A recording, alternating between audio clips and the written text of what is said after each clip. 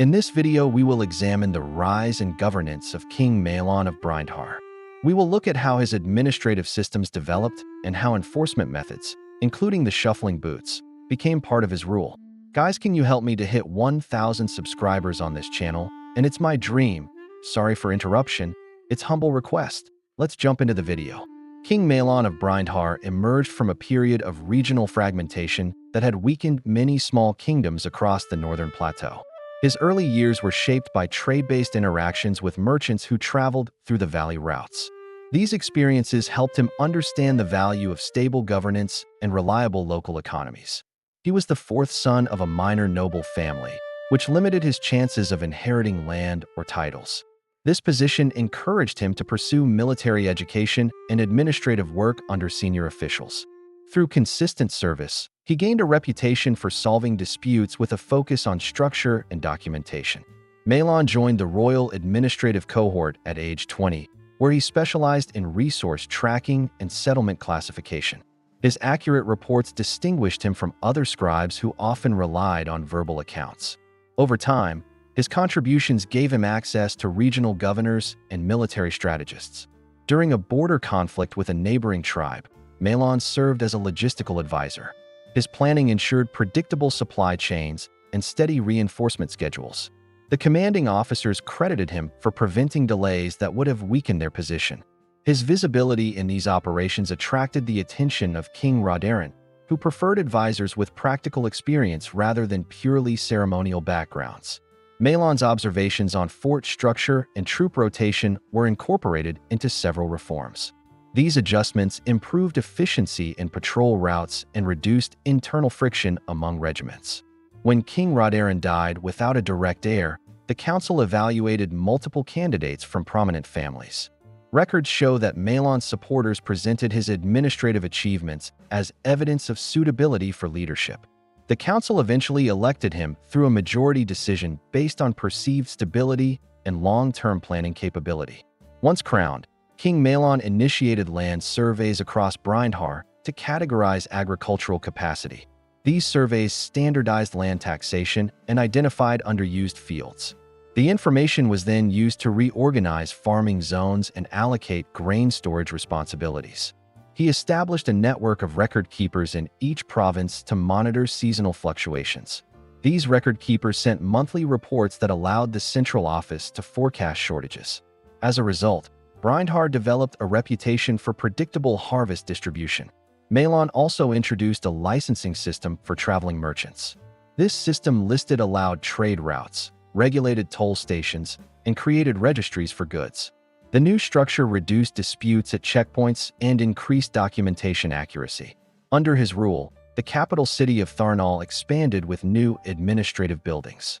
These buildings housed clerks, auditors, and archivists who centralized kingdom records. The kingdom's archive became a key reference point for local officials. He commissioned standardized maps that marked roads, rivers, bridges, and settlement tiers. These maps were updated every 5 years to reflect population changes. The mapping project improved long-distance coordination between provinces. Maelon placed emphasis on stable communication channels between villages. He assigned messengers to fixed relay routes rather than irregular travel. This adjustment ensured that reports from distant regions arrived on a consistent schedule. His reign also saw reforms in recruitment procedures for the army. Candidates were categorized based on physical capability, craft skills, and literacy. This system allowed officers to place recruits in appropriate roles that aligned with their strengths. Training facilities were reorganized to follow uniform guidelines. These guidelines included standardized routines, equipment maintenance schedules, and written instructional notes. Commanders appreciated the clarity of these procedures. Relations with nearby territories improved during the early years of his reign. Maelon promoted trade agreements that outlined mutual resource exchanges.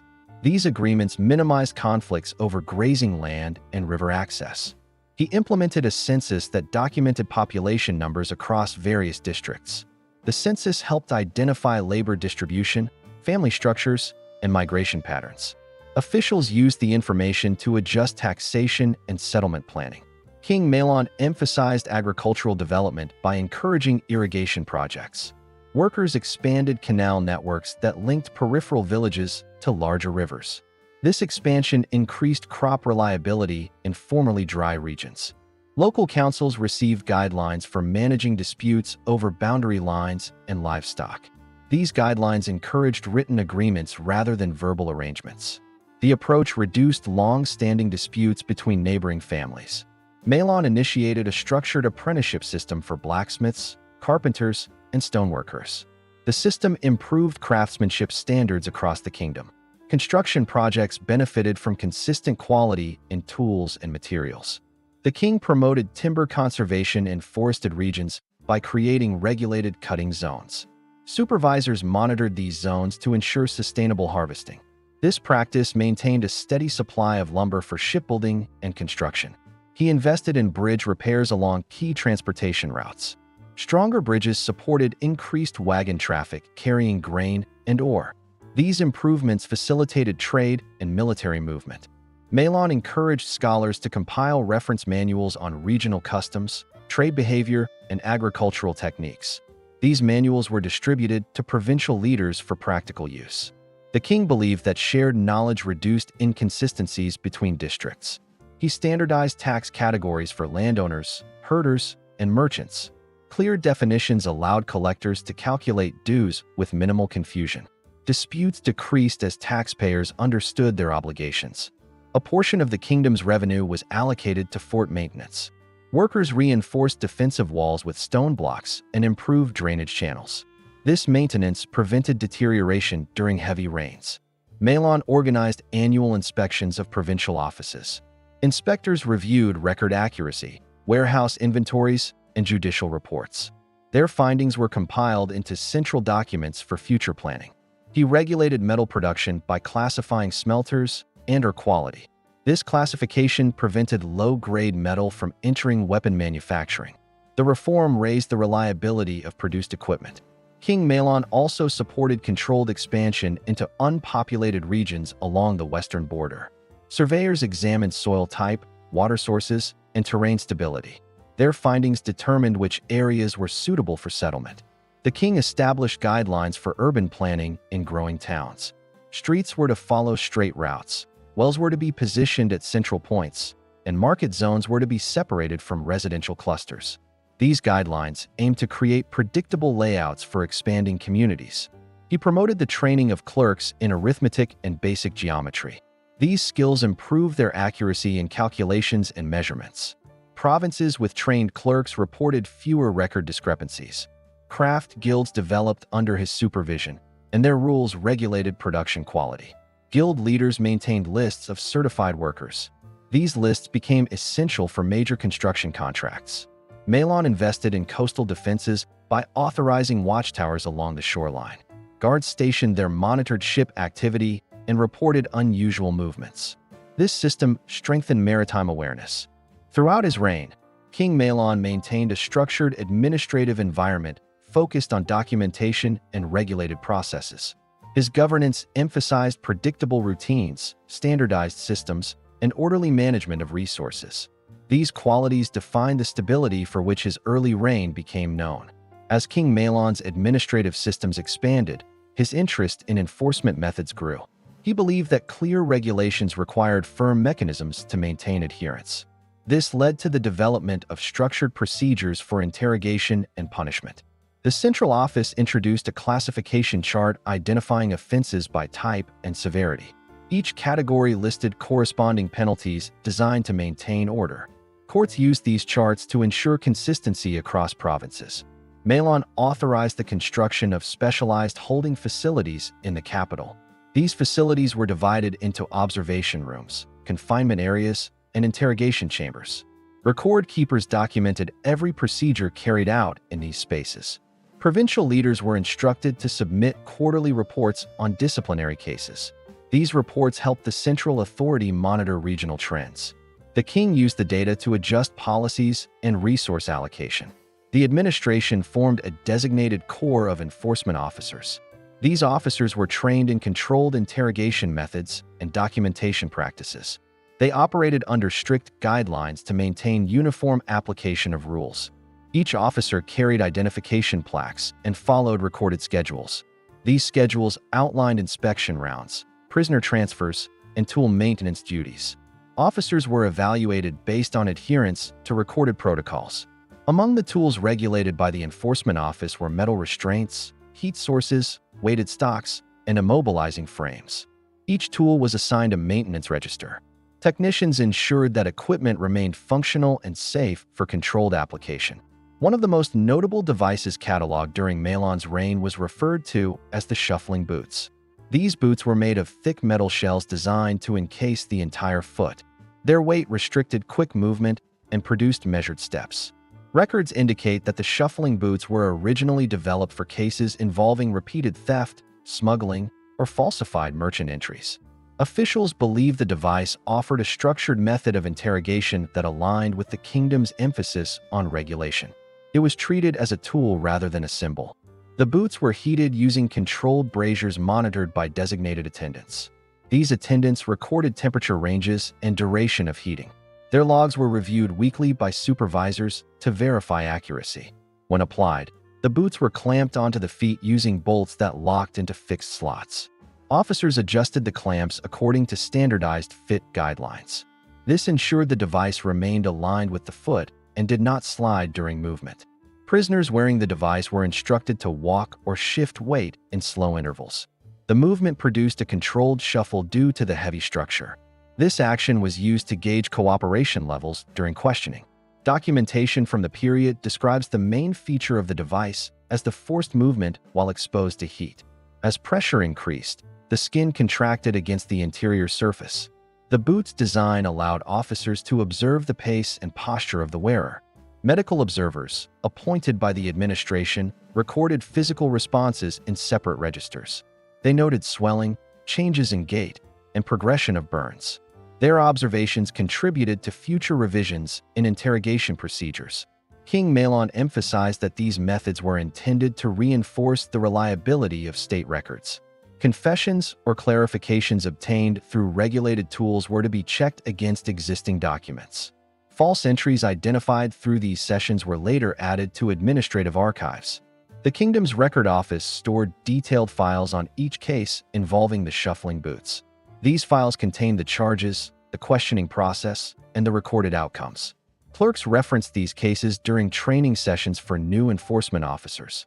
Maelon established review committees to examine concerns raised by provincial courts. These committees assessed whether punishments aligned with the official classification chart. If discrepancies appeared, the involved officers were retrained or reassigned. Metalworkers updated the design of the shuffling boots over the years. Early versions used flat interiors, while later models included molded curves to match foot shape. These updates were intended to provide predictable pressure distribution. Workshops maintained diagrams showing the boot's measurements. These diagrams included notes on thickness, bolt positioning, and weight variations. Supervisors approved each pair before it entered official use. The interrogation chambers where the boots were used followed a standard layout. Chambers included a central walking path, 2 braziers, a record desk, and an observation window. The setup made it easier for multiple officers to monitor the process. Officers conducting the sessions were required to document each step. They logged timestamps, temperature readings, and prisoner responses. After each session, they submitted the records to an archivist. Maelon believed that regulated procedures would prevent uncoordinated punishments. He stressed that order depended on documentation rather than spontaneity. This belief shaped the systematic nature of all interrogation tools used in Brindhar. The administration introduced a certification program for enforcement officers. Trainees studied proper application of devices, record keeping, and observation techniques. Only those who passed written assessments received full authority. Annual inspections evaluated chambers throughout the kingdom. Inspectors checked whether equipment matched official diagrams. Any deviations were corrected to maintain consistency. In the 5th year of Maelon's reign, updated guidelines refined the operational steps for the shuffling boots. These guidelines outlined the heating limits, recommended behavioral cues, and procedures for stopping sessions. Officers followed these updates closely. Reports from that period show variations in how long sessions lasted. Some sessions focused on verifying trade discrepancies, while others addressed unapproved transport routes. In every case, officers compared statements with previously stored records. Although the device was designed to encourage cooperation, officers were instructed to stop usage if the prisoner became unable to follow the controlled shuffle. Medical observers documented these stoppages. Their notes helped refine decision criteria for future cases. Maelon's administration believed that physical response patterns revealed inconsistencies in testimony. Slow or irregular movement sometimes indicated withheld information. These interpretations were later filed alongside case summaries. The kingdom's scholars wrote instructional manuals discussing the mechanical structure of the boots. These manuals included construction details and operational diagrams. They became references for other regions studying Brindhar's enforcement system. Over time, provincial leaders adopted similar tools, though some modified the design to match local requirements. The central authority monitored these experiments but instructed provinces to maintain core principles. This preserved uniformity across the kingdom. The shuffling boots became a widely recognized component of Brindhar's legal enforcement approach. They symbolized the administrative focus on procedure and controlled pressure rather than uncontrolled brutality.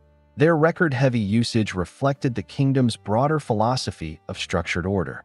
Maelon's attention to routine and systemization shaped all aspects of state enforcement. The interrogation framework aligned with his belief that information must be collected through predictable and documented steps. This alignment guided the kingdom's operations through the middle years of his rule. In the later years of King Maelon's rule, the administrative workload increased as population records grew more detailed. Provincial offices required frequent guidance, and inspection demands expanded. These pressures revealed gaps in communication between central and regional authorities. Some governors reported delays in receiving updated classification charts. These delays caused inconsistencies in how regulations were applied. The central office began compiling logs to track the frequency of such issues. Maelon's reliance on structured systems created challenges when unexpected situations arose. Floods, crop failures, and border disputes required quick responses. Many officers tried to apply rigid procedures even when conditions did not match standard guidelines. Merchants began expressing concerns over prolonged verification periods. The review of travel documents sometimes took longer than expected due to increasing case volumes. These concerns accumulated in council reports submitted to the king. As administrative strain increased, complaints from citizens became more common. People questioned the frequency of inspections and the detailed documentation requirements. Some villages struggled to meet the reporting standards set by the central office. The enforcement corps also experienced pressure. Officers handling interrogation tools, including the shuffling boots, faced rising caseloads. Logs show that some officers requested clearer limits on session duration due to increased workload. Scholars who once supported the system noted that uniform procedures could not address every regional variation. Their written assessments highlighted the need for adaptive policies. However, adjustments required extensive review cycles that slowed implementation. Maelon attempted to revise several administrative layers by introducing additional clerks and inspectors. Although this expanded oversight, it also multiplied the volume of records. Archivists faced difficulty maintaining organized storage. By the final years of his reign, the kingdom's systems remained functional but increasingly strained. The model he built continued to operate through documentation and regulation, yet signs of inefficiency became more visible. These developments marked the transition into the era that followed his rule.